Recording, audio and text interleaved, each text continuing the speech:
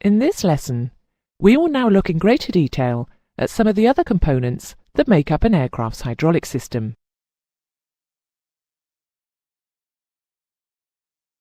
The first component we are going to discuss is the reservoir. You may think that in a sealed leak-free system, a reservoir would not be necessary. However, that is not true. Firstly, no system can ever be leak-free.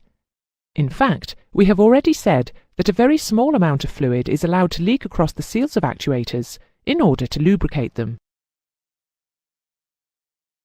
Also, the fluid expands and contracts as it is heated and cooled. And as we shall see later, some types of hydraulic actuator need more fluid when they are extended than when contracted. The extra fluid is stored in the reservoir when not required. Most hydraulic systems also have accumulators fitted, and these will contain variable amounts of fluid depending on the system configuration.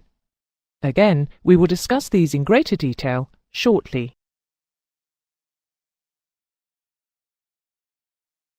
When a hydraulic pump is operating, as well as supplying pressure at its outlet, it also, of course, sucks fluid in at its inlet. This suction causes a big drop in the pressure of the fluid and can lead to low temperature boiling and the formation of bubbles. When these bubbles pass through to the pressure side of the pump, they then implode with great force. This is known as cavitation, and if allowed to happen, it can cause severe damage to the pump. The sound of pumps operating while cavitating can range from a low-pitched steady knocking sound, like on a door, to a high-pitched and random crackling, similar to a metallic impact. The reservoir helps to prevent cavitation by providing a head of fluid for the pump. To do this, the reservoir is located higher in the system than the pump to produce a positive pressure at the pump inlet. In many installations, the reservoir is also pressurized with air from the engine compressor to further increase the fluid pressure at the pump inlet, thus reducing the possibility of cavitation at high altitude. Another way that reservoirs are pressurized is by the bootstrap method. A piston sits on top of the fluid in the reservoir. It is pushed down by an actuator powered from its own hydraulic system, pressurizing the fluid. When the system is not operating, the pressure is held by the non-return valve.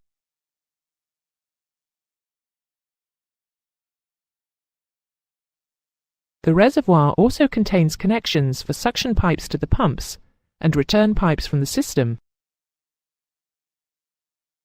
a quantity transmitter unit to allow the flight crew to monitor the system for correct servicing and in-flight leaks, a filling inlet, normally sealed with a filler cap. Note the strainer in the filler inlet, preventing debris entering the reservoir, and, in some cases, a temperature sensing probe, which may be used to operate a fluid temperature gauge and/or an over-temperature warning light. The baffles and fins are fitted to prevent sloshing and foaming of the fluid during in-flight maneuvering.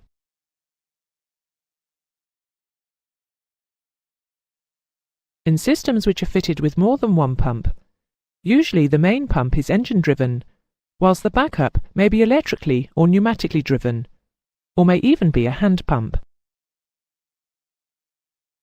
The main pump will draw its fluid through a stack pipe in the reservoir, whilst the backup will collect its fluid from the bottom of the reservoir. This ensures that if fluid is lost from that part of the system supplying the main pump, or supplied solely by the main pump, a reserve of fluid for the backup pump will still be available.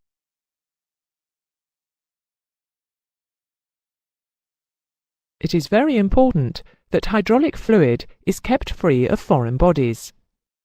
Any debris would quickly damage the pump and components. It would also cause problems in things such as pressure relief valves, as they can have very narrow passages which are easily blocked by foreign particles. Filters are fitted in both suction and pressure lines, that is, on both sides of the pump. The suction filter protects the pump, and the pressure filter ensures the cleanliness of the hydraulic fluid during use. There is also sometimes a filter fitted in the fluid return line to the reservoir to remove particles picked up during component operation. Filters remove foreign particles from the fluid, thus protecting the seals and working surfaces of the components. Some filters are fitted with a device which senses the pressure differential across the filter element and releases a visual indicator in the form of a button or illuminates a warning lamp when the pressure differential increases as a result of the filter becoming clogged. False indication of element clogging as a result of high fluid viscosity at low temperature is prevented by a bimetal spring, which inhibits indicator button movement at low temperatures. Other filters are fitted with a relief or bypass valve, which allows unfiltered fluid to pass to the system when the element becomes clogged. In this type of filter, the element must be changed at regular intervals before clogging occurs. Some filters combine both systems, with the warning indicator set to operate shortly before the bypass valve opens. Individual components often have a small filter fitted to their inlet connection, and constant pressure pumps will have a case drain filter to help monitor pump condition. We will cover the term case drain when discussing pumps.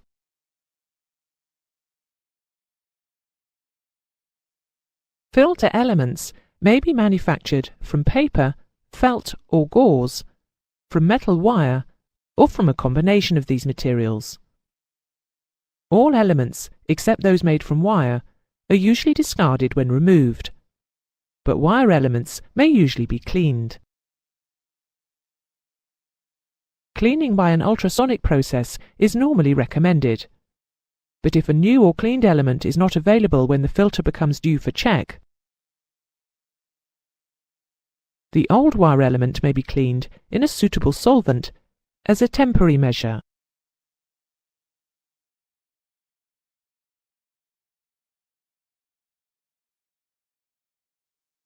An accumulator is a device used to store hydraulic fluid under pressure. Two different types of accumulator are illustrated here, but many other types are used. However, the two shown are those most commonly in use in aircraft systems. Whatever its shape, the chamber of the accumulator is split into two parts by a separator. In the case of the cylinder, a floating piston is used, whilst the spherical accumulator has a flexible diaphragm.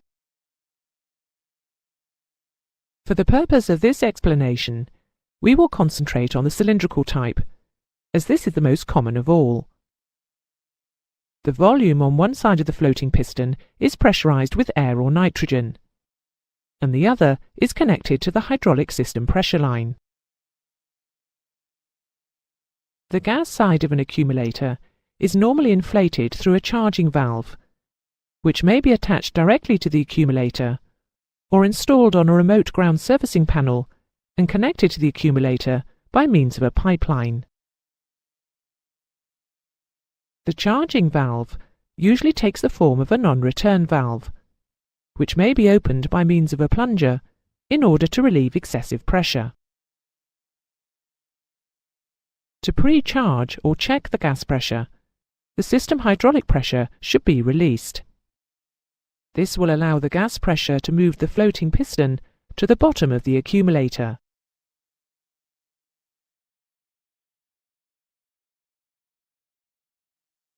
When a pump is operating and hydraulic pressure builds up in the system, the gas is compressed until fluid and gas pressure equalize at normal system pressure.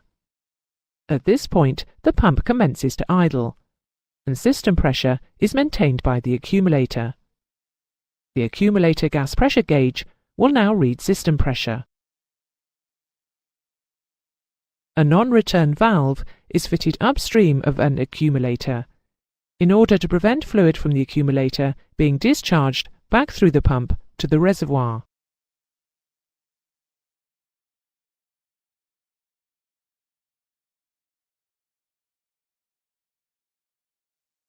The accumulator carries out a number of functions in the system. It helps to dampen out pressure fluctuations.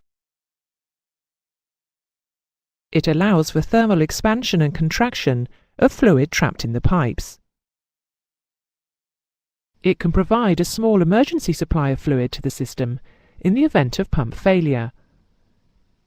The initial gas charge of the accumulator is greater than the pressure required to operate any service, and the fluid volume is usually sufficiently large to operate any service once, except that brake accumulators normally permit a guaranteed number of brake applications, or the ability to stop the aircraft during a rejected takeoff. If the system is using a constant delivery fixed volume type pump with an automatic cutout valve, it will prolong the period between cut-out and cut-in of the automatic cutout valve, and so reduce the wear on the pump. Operation of the automatic cutout valve will be explained shortly. The accumulator will also provide the initial fluid when a selection is made and the pump is cut out, or at minimum stroke. If a service is selected, a supply of fluid under pressure is available until pressure drops sufficiently to bring the pump online. Incorrect precharge pressure of the main accumulator can cause the automatic cutout valve to cut in and out too frequently. This may cause rapid fluctuations of system pressure, which can be felt and heard as hammering in the system. This can rapidly cause damage to the system if it is not dealt with.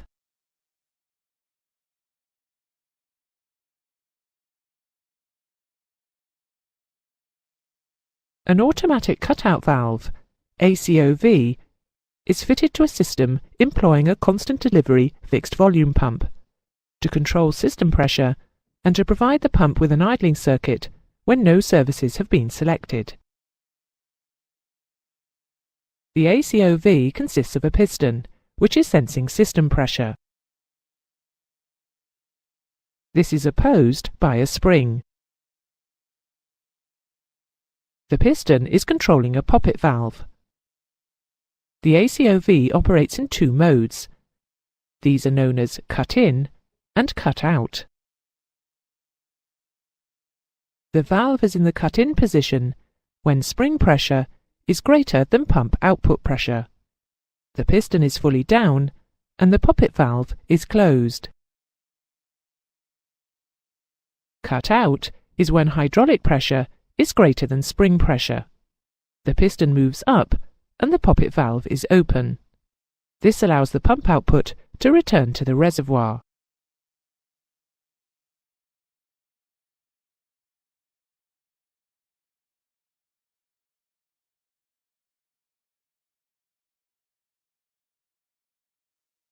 With the system not operating and the pressure zero, the ACOV will be in the cut-in position. When the pump starts operating, pressure will build up until when normal system operating pressure is reached. The pressure on the bottom of the piston will overcome the spring. The piston will move up, opening the poppet valve and allowing the pump to return its fluid output to the reservoir without any load. There will still be fluid flowing through the pump to cool and lubricate it. This is the cut-out position. System pressure will be held on the bottom of the piston by the non-return valve.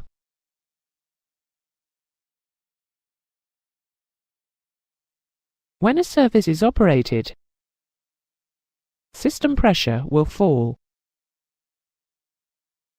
The spring force will now be greater than the hydraulic pressure, so the piston will move down, closing the poppet valve. This will cut off the pump return to the reservoir and allow it to operate the service.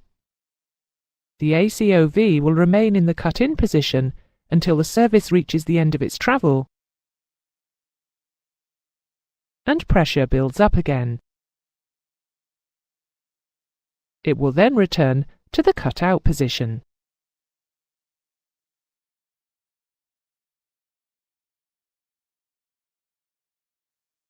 This type of system needs a reservoir of fluid energy downstream of the automatic cut-out valve. Otherwise, any slight leakage through components or from the system would result in frequent operation of the valve and frequent loading and unloading of the pump. An accumulator fulfills this, as well as a number of other functions. The time between cut-out, offload, and cut-in, onload of the ACOV is a good indication of the condition of the system. External leakage will cause a reduction in the operating period, with frequent loading and unloading of the pump. Internal leakage, usually caused by a piston seal failure, will similarly cause frequent loading and unloading of the pump. This could also cause an increase in fluid temperature due to the extra work being done by the pump.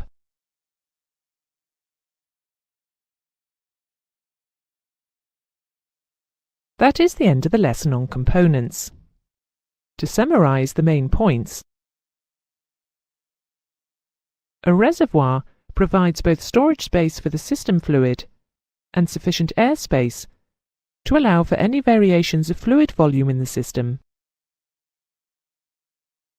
which may be caused by actuator ram displacement or by thermal expansion. It compensates for small leaks, and it provides a head of fluid for the pump. Most reservoirs are pressurized to provide a positive fluid pressure at the pump inlet in order to help prevent cavitation.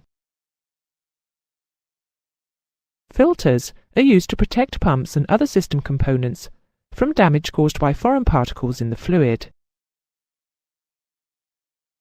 An automatic cut-out valve is fitted to a system employing a constant delivery fixed volume pump to control system pressure and to provide the pump with an idling circuit when no services have been selected. Finally, an accumulator is fitted to store hydraulic fluid under pressure in order to dampen pressure fluctuations, to allow for thermal expansion, to provide an emergency supply of fluid to the system in the event of pump failure, and to prolong the period between cut-out and cut-in time of the ACOV, and so reduce the wear on the pump. It also provides the initial fluid when a selection is made and the pump is cut out.